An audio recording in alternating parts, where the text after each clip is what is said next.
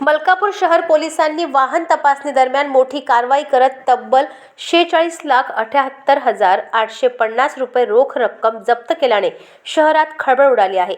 ही कारवाई दिनांक 17 जानेवारी 2026 रोजी रात्री 11 वाजता ते 18 जानेवारी 2026 रोजी सकाळी 5 वाजेपर्यंत उपविभागीय पोलीस अधिकारी आनंद महाजन यांच्या आदेशानुसार मलकापूर शहर पोलीस स्टेशनचे पोलीस निरीक्षक गणेश गिरी व त्यांच्या पथकाने तहसील चौक मलकापूर येथे राबविलेल्या नाकाबंदी व वाहन तपासणी मोहिमेत करण्यात आली।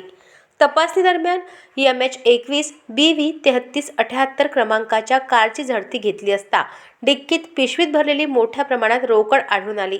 वाहन चालक जगदीश ताराचंद गिरीवाले वय 58 राहणार देऊळगाव राजा जिल्हा बुलढाणा याने रकमेबाबत समाधानकारक माहिती न दिल्याने या वाहनातून 20 लाख रुपये जप्त करण्यात आले।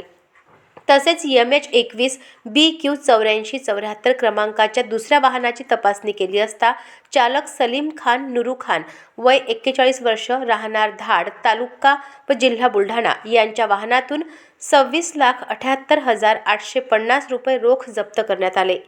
जप्त रक्कम पुढील तपासासाठी मलकापूर शहर पोलीस ठाण्यात जमा करून जिल्हा कोषागार बुलढाणा येथे वर्ग करण्यात आली आहे। या प्रकरणी आयकर व GST विभागास माहिती देण्यात आली असून पुढील चौकशी सुरू आहे।